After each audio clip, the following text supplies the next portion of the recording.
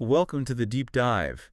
Today we're doing something maybe a little different. We're going to be diving into those common English phrases.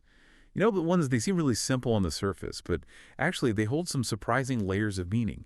It's all about uncovering the nuances that can, well, truly transform how you understand and use the language, really giving you that crucial edge, to be genuinely well-informed and confident in pretty much any conversation. So, yeah, it's time to unpack some of these linguistic gems.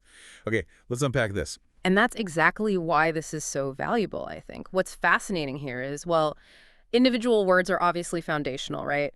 But the real magic, it often happens when the words combine. They create these subtle shifts in meaning. They convey unspoken intentions. And honestly, they offer a ton of information about a situation or a feeling. Especially for advanced learners, understanding how and when to use these specific expressions, these multi-word things, and maybe even more importantly, picking up on the subtle undertones they carry, that can fundamentally lift your fluency, your precision. We're really aiming for those genuine aha moments today, revealing the powerful, often kind of hidden impact of these very common words, phrase one, for good, permanence, and finality. Okay, so let's start with that feeling of like absolute finality. When you want to say something is irreversible, not just a temporary change, but a complete break or a really definitive new state. English has these two deceptively simple words that pack a huge punch for this. For good. Okay. Let's try and uncover the true weight of this little phrase. Yeah, it's an excellent place to start. Because its apparent simplicity, it often hides a very strong, almost absolute sense of permanence. At its core, for good means, well, permanently, forever, basically with no intention of returning or reversing. It's like a declaration that something is settled, it's done, or it's established in a way that feels irreversible. Now, before we go deeper, it's really, really crucial to separate this meaning from another use of for good.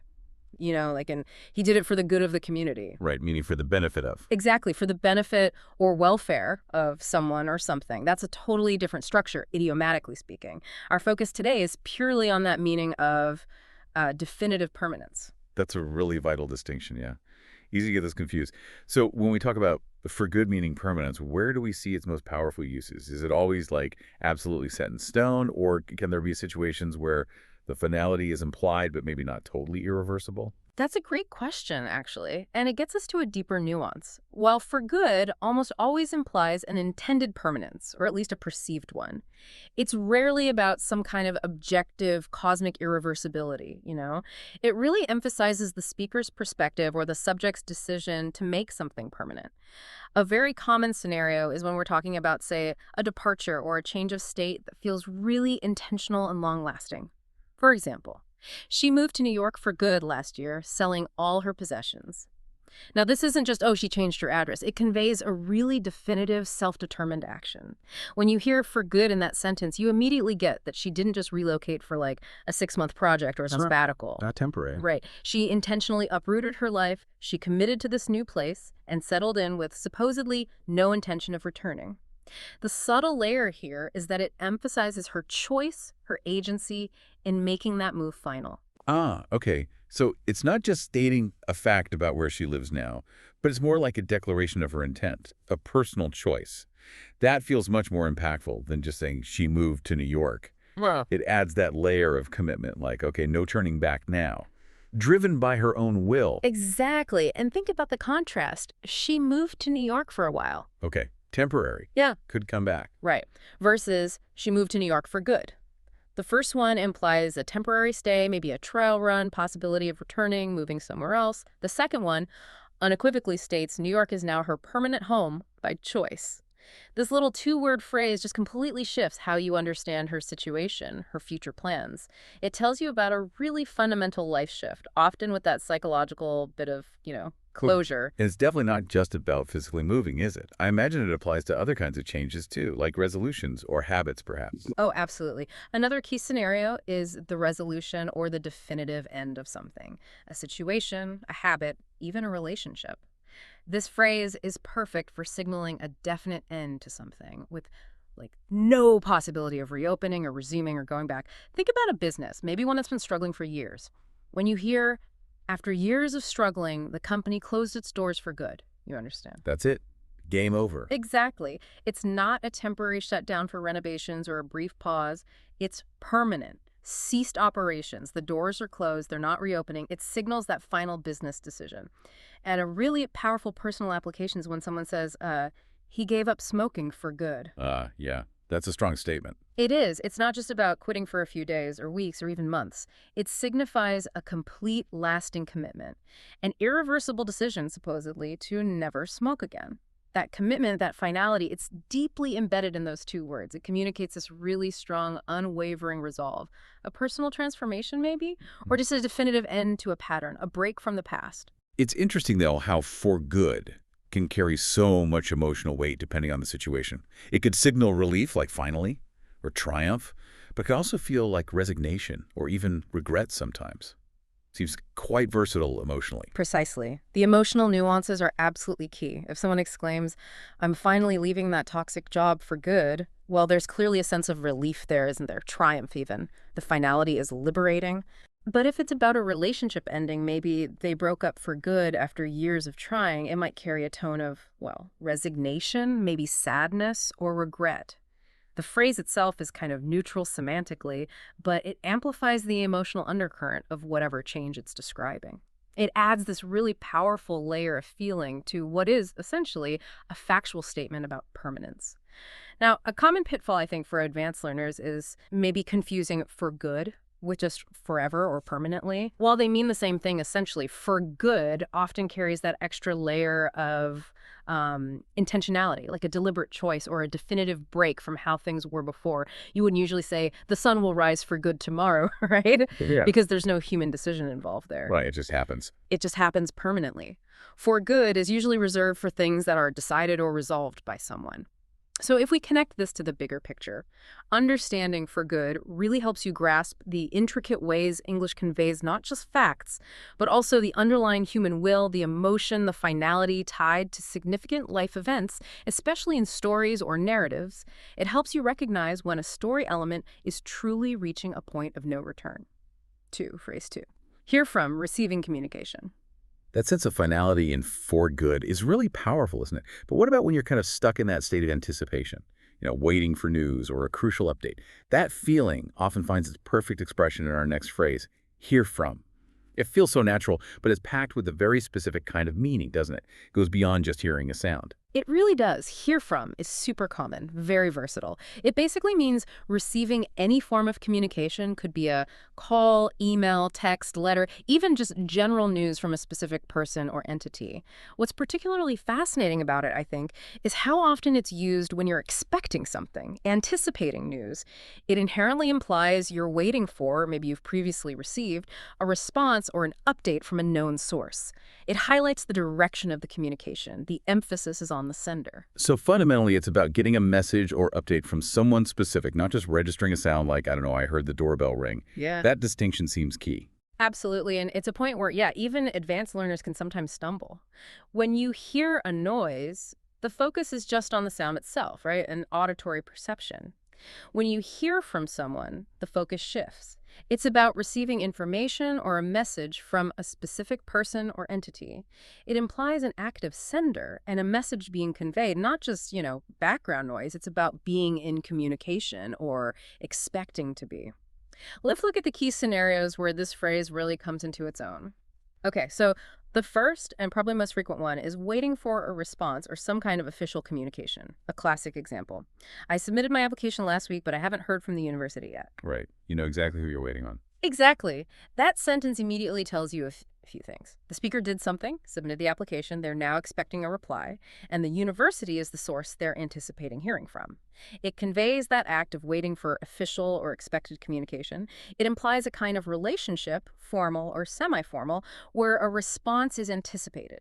It's about the expectation of getting specific information. For our listener, this phrase seems incredibly useful then for navigating all those professional or administrative interactions.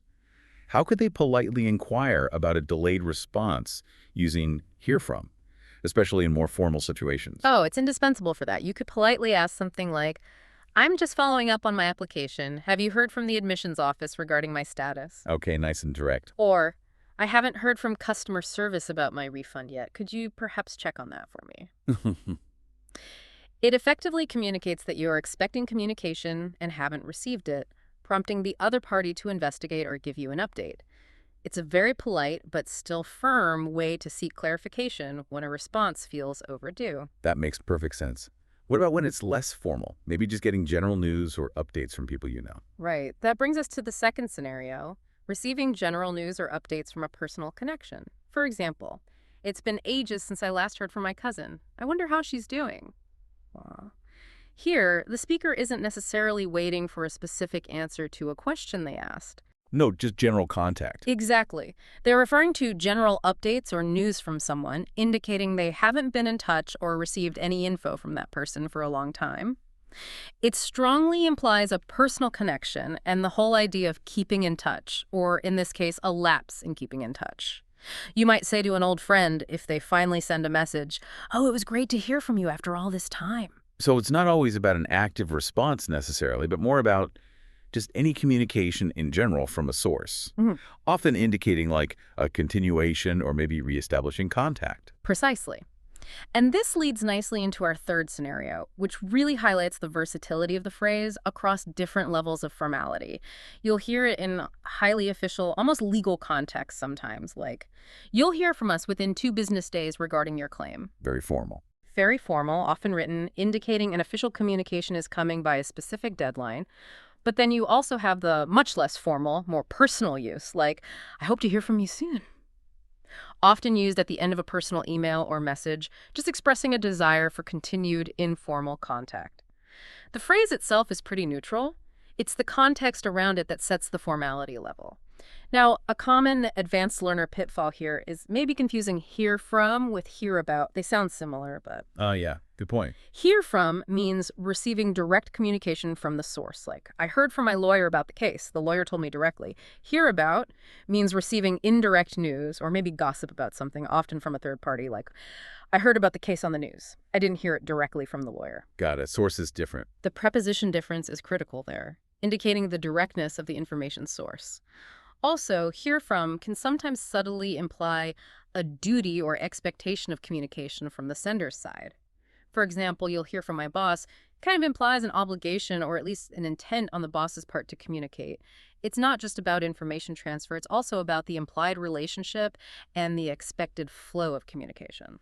That's a great extra distinction, especially for people aiming for that really native-like precision. Hear from versus hear about totally changes the source of the news. Indeed, it does. So yeah, hear from acts as a really clear marker of who initiates communication or who's expected to. And it's just a very practical phrase for navigating both professional and personal expectations in our very connected world. Teaches you to track the flow of information, really. Phrase 3. Too bad. Expressing regret or indifference. Okay, speaking of communication, sometimes what we say carries this, like double meaning, right? And it depends entirely on how we say it. That complexity brings us to one of the most chameleon-like phrases in English, I think. Too bad. It's fascinating because it can express genuine sympathy, but then with just a slight shift in tone or a different context, boom, it can convey this rather blunt, sometimes even sarcastic, lack of concern. It feels like a masterclass in implicit communication. You've absolutely nailed its essence there. Too bad can genuinely convey regret, sympathy, or disappointment. However, the critical piece, just as you said, is that its actual meaning leans so heavily on the speaker's tone, the specific context, and often those nonverbal cues, a shrug, a facial expression. This is a phrase that really shows how much implicit meaning is carried beyond just the words. It's a prime example of prosody in action, how the melody, the stress, the rhythm of our speech dictates meaning. Right. So let's break down these different shades. First, how do we use it to show real sympathy? Genuine empathy. What's the music, as you put it, that we should be listening for? Okay, so in the context of genuine sympathy or empathy, too bad is used when you really feel sorry for someone's misfortune or disappointment. It's usually delivered with a softer, empathetic, almost commiserating tone, maybe accompanied by a comforting look, perhaps a slight frown of concern, for instance. "Oh, too bad your flight was canceled. Gosh, I hope you can rebook quickly." Okay, sounds genuinely concerned. Right. The speaker is clearly expressing sincere concern for the other person's trouble. It's very similar to saying, "Oh, what a shame," or "That's really unfortunate," or "I'm so sorry to hear that." This use actually kind of invites further discussion about the problem. It opens the door for the other person to maybe vent or explain more. It creates a connection. So it's not a dismissal in that case, but more like an invitation for connection, maybe sharing the burden a bit. Yeah. That's a subtle but important difference. Precisely. It acknowledges their difficulty and shows you care. Now, the second scenario is a bit different. It's more about mild disappointment, often expressed for oneself. This is when too bad expresses a personal disappointment, but without severe emotional distress or a sense of tragedy. It's more like a sigh, an acknowledgement of a missed opportunity, or maybe just a minor setback, for example. I really wanted to go to the concert, but tickets sold out. Oh well, too bad. Right, like shame, but life goes on. Exactly. In this case, the speaker isn't devastated. They're just acknowledging that something they hoped for didn't pan out. A mild personal setback, a passing regret. The tone here is often a bit wistful, maybe resigned, perhaps a little flat, but not deeply upset. It's just accepting the situation without making a big fuss. Okay, and then comes the really tricky one. The one that seems like it could easily be misinterpreted if you don't catch the tone or the nonverbals. It sounds incredibly risky, actually. If you're, say, a non-native speaker trying to sound natural and you accidentally get the tone wrong for too bad, it feels like you could easily cause offense. Is it a phrase you'd even recommend learners use until they're really confident with their delivery, especially this third way? You've absolutely hit on the most crucial point for advanced learners here. The third and most nuanced scenario is its use as dismissive or sarcastic indifference. This is where tone is absolutely everything, and yes, I would indeed caution learners significantly about using this one actively. When used sarcastically or dismissively, too bad implies a complete lack of sympathy. Sometimes it even hints at a subtle, well, what did you expect? Or, I told you so. It suggests the person experiencing the misfortune might even deserve it, or simply that the speaker doesn't care at all. Imagine this example. He missed the deadline, and now he's complaining. Too bad. Now, if that's said with a shrug, maybe a little smirk, a flat, unfeeling tone, or even a slightly raised eyebrow. Yeah, you get the message loud and clear. Right. It clearly communicates, I have zero sympathy for your problem. Those consequences are yours alone. This specific nuance is critical for advanced learners to grasp. It isn't just a lack of empathy. It's often a swift, unfeeling shutdown of a complaint, often signaling a judgment. This usage is less about the literal words and more about implicature and pragmatics, where the implied meaning, carried by the tone, completely overrides the literal meaning. It can be quite cutting, actually. So it's a phrase that, in that dismissive form, carries a lot of social weight and can really create distance, not connection. Exactly. And the potential for misinterpretation is incredibly high. A non-native speaker might hear too bad used sarcastically, assume it's just a general way to express disappointment, and then try to use it sympathetically in a situation where it would sound incredibly cold or rude or just off. For advanced learners, understanding this phrase is like a masterclass in how much meaning isn't just in the words, but in the prosody, the music of our speech, the intonation, the stress. The words stay the same, but the way you say them dictates everything. It's about feeling the temperature of the interaction and understanding the unstated social commentary. My recommendation, definitely master the sympathetic use and the self-disappointment use first. Only approach the dismissive use with extreme caution, and really only after you've heard it used by native speakers a lot and feel confident you understand the context and tone required. Phrase 4, what's this charge for? Inquiring about transaction. All right, let's shift gears a bit. Let's talk about a phrase that is just immensely practical and, frankly, quite empowering in our daily lives. What's this charge for? Yeah. This isn't just about language. It really feels like it's about financial literacy, consumer awareness, having the confidence to stand up for yourself a bit. I actually had a situation just last month with my internet bill. Suddenly there was this router maintenance fee I had never seen before. And my first thought was exactly this phrase. Wait a minute, what's this charge for? It really highlights how essential it is to have this tool ready. That's a perfect real-world example of why it's so necessary. What's this charge for is a direct, assertive question. You use it to inquire about the specific reason or purpose behind a financial deduction, a fee, an itemized cost. Its core role is really to seek clarification and, honestly, to hold others accountable. It's about understanding exactly what you're being asked to pay for or what cost is being imposed on you. It lets you be a proactive consumer, not just passively accepting bills. And it comes up constantly when we're dealing with money, doesn't it? It really is a phrase demanding transparency. All the time. The most common scenario is definitely when you spot an unexpected item on a bill or statement, like your example. I just saw an extra $20 on my phone bill. What's this charge for? This phrase is just crucial when you're reviewing bank statements, credit card bills, invoices, even receipts, and you encounter something unfamiliar. It's your immediate go-to tool for seeking transparency and demanding an explanation. You're basically saying, explain this clearly. I don't recognize it, and I need a justification for why this money is coming out of my account. Yeah, protecting yourself. Exactly. It's about protecting yourself from errors, maybe unauthorized charges, or just things that aren't clearly explained. It's powerful because it's so direct, isn't it? It leaves no room for ambiguity. It really equips someone to be assertive in those situations. Precisely. It's not vague. It points directly at the specific charge you're questioning, and it demands a specific answer. For the listener, this really highlights the power of using direct, clear questions to resolve discrepancies. It equips you to be proactive in managing your finances instead of just passively accepting every single line item. You're taking control, exercising your consumer rights. Beyond those unexpected items, Yeah. how else does this phrase come into play in financial dealings? Like, what about when you're being presented with a cost up front? Yeah, another common use is when you're inquiring about a specific service or product cost that might not be immediately obvious or maybe wasn't fully disclosed beforehand. Imagine you're at a restaurant and you see some unfamiliar fee listed on the bill at the end. You might ask, excuse me, they added a service fee to the restaurant bill here. What's this charge for? Right, questioning those Yeah. little add-ons. Exactly. It's used when you're questioning specific line items or additional costs associated with a purchase or a service that you maybe didn't anticipate or fully understand beforehand. It connects directly to consumer rights, your right to know exactly what you're paying for before you finalize everything. It's about ensuring fairness, avoiding hidden fees. You're essentially challenging something that might seem unclear or arbitrary and demanding clarity from the provider. That's a great application for everyday situations. Now, are there any more abstract uses, like metaphorical ones? Does it ever extend beyond literal money? Yes, sometimes, although it's less common to use this exact phrasing. But the underlying concept of what's the reason for this imposition can definitely apply metaphorically. It can relate to an accusation or a burden. While not strictly about money, the spirit of seeking justification for a perceived cost or obligation remains.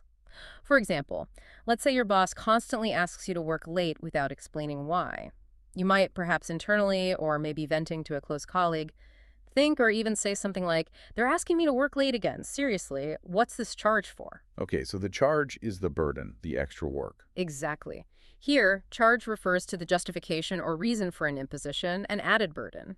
It's probably less common to use the exact phrase, what's this charge for, in this non-financial context, but it illustrates the breadth of the underlying principle, seeking justification for something you perceive as a cost or burden being placed upon you. The phrase itself has these strong, pragmatic implications of demanding accountability. So it really emphasizes that core idea of questioning the why behind something, not just passively accepting it. Absolutely. And a crucial point to consider is how this phrase enables you to be a more informed, more assertive individual, not just in financial dealings, but by extension, in any situation where justification feels needed. It's not just about learning a language phrase, it's about gaining agency, gaining confidence. It empowers you to navigate transactions with confidence, to ensure fairness, and to demand clarity. Those are invaluable skills in any society. For advanced learners, using this phrase correctly shows confidence and competence in handling real-world situations. V phrase 5. To someone, something, understanding the versatile preposition. Okay, so for our final deep dive today, we're looking at something that isn't strictly a phrase in the usual sense, but it's more like a foundational structure built around a single, seemingly tiny two-letter word, to. Oh. Yet when you pair it with someone or something, it forms this absolute bedrock of English communication. It appears in countless common phrases, countless sentences. It's truly everywhere, incredibly versatile. You're absolutely right. While to is just 2 letters, it's honestly one of the most crucial, most versatile prepositions in English. It really acts like a linguistic Swiss Army knife. It can indicate direction, the recipient of an action, a purpose, a relationship, even a limit sometimes. It plays this pivotal role in connecting verbs and nouns, providing essential context, where something's going, who's getting something, why an action's being done, how things are related. Mastering to in its various contexts is just fundamental, absolutely fundamental to constructing clear, nuanced, natural-sounding sentences, especially for advanced learners aiming for that native-like fluency. Okay, let's start with what feels like its most basic function, indicating physical direction or destination, where you're going. Indeed. The first and most basic scenario is indicating direction or destination. This is where to literally means moving towards a place or a person. It functions as a marker of trajectory. Think of simple everyday sentences, we're going to the park, or he drove to the store. Here, to clearly shows the destination of the movement. Simple enough. Yeah. Common verbs that often pair with to in this sense include go to, come to, drive to, fly to, walk to. It just tells us the end point of a physical action. This is probably the most transparent use of to just marking physical movement. And it's not just about physical movement, right? Yeah. It's also about who receives something, whether that's a tangible object like a book or something abstract like information. Precisely. Our second scenario focuses on indicating the recipient of an action. In this use, to introduces the indirect object of a sentence. It clarifies who receives something or who an action is directed at. For example, she gave the book to her friend, or could you send that email to me? In both cases, her friend and me are the recipients of the book, of the email. Got it. The target of the action. Exactly. Other common verbs that use to this way include send to, hand to, read to, explain to, talk to, write to, even listen to, where to indicates the object of your listening, the source you're attending to. This is often used with what we call detransitive verbs, verbs that can take both a direct object and an indirect object. Now, a common grammatical point for advanced learners is understanding when to is actually necessary and when it might be implied or optional. For instance, she gave the book to her friend can often be rewritten as she gave her friend the book. Right. You can switch the order sometimes. Exactly. You omit the to because the indirect object, her friend, comes before the direct object, the book.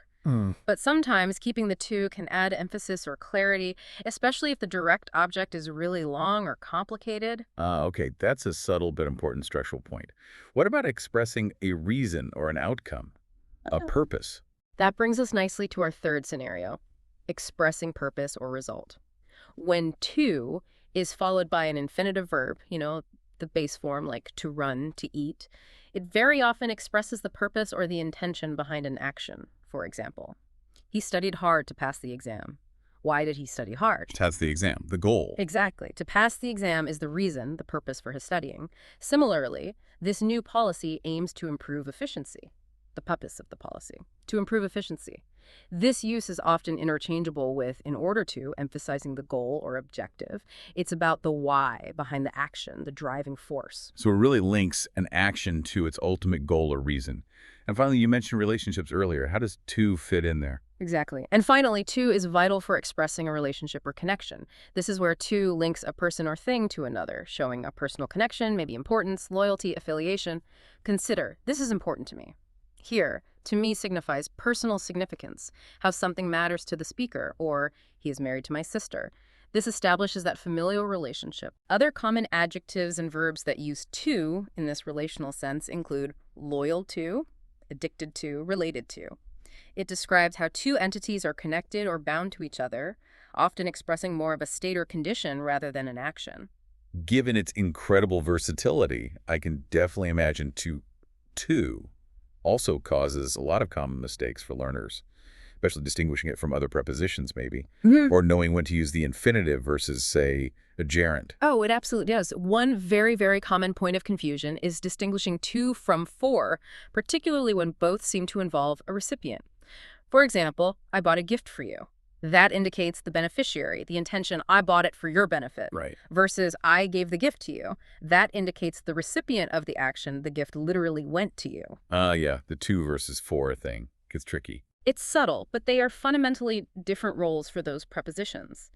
Another area where advanced learners sometimes stumble is knowing when to is followed by a verb in its base form, the infinitive, like to read after verbs like want to, need to, versus when to is actually part of a prepositional phrase, and it's followed by a noun, a pronoun, or even a gerund, an ing verb acting like a noun, like in I look forward to hearing from you, not I look forward to hear from you. Oh, right. That's a classic one. It is. It highlights that to can function in different grammatical ways, and recognizing those patterns is really key to native-like fluency.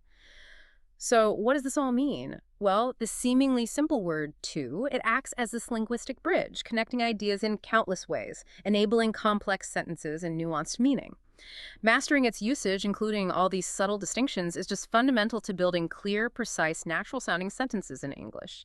It's like the connective tissue of so many expressions. Understanding its various roles is foundational to really mastering English grammar, connecting themes and synthesis. Wow, okay, what a journey that was. Yeah. We've gone all the way from the definitive permanence of for good, through the anticipatory hear from, the tricky duality of too bad, the assertive what's this charge for, right up to the incredibly versatile connective power of to.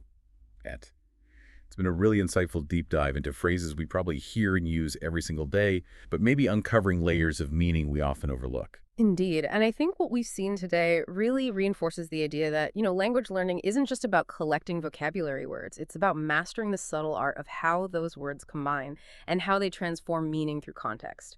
These phrases, even though they're common, each one carries specific weight, specific nuance, sometimes even emotional or social implications that can drastically alter the message. The true understanding, like we've tried to show, comes from observing these phrases in lots of different real-world scenarios.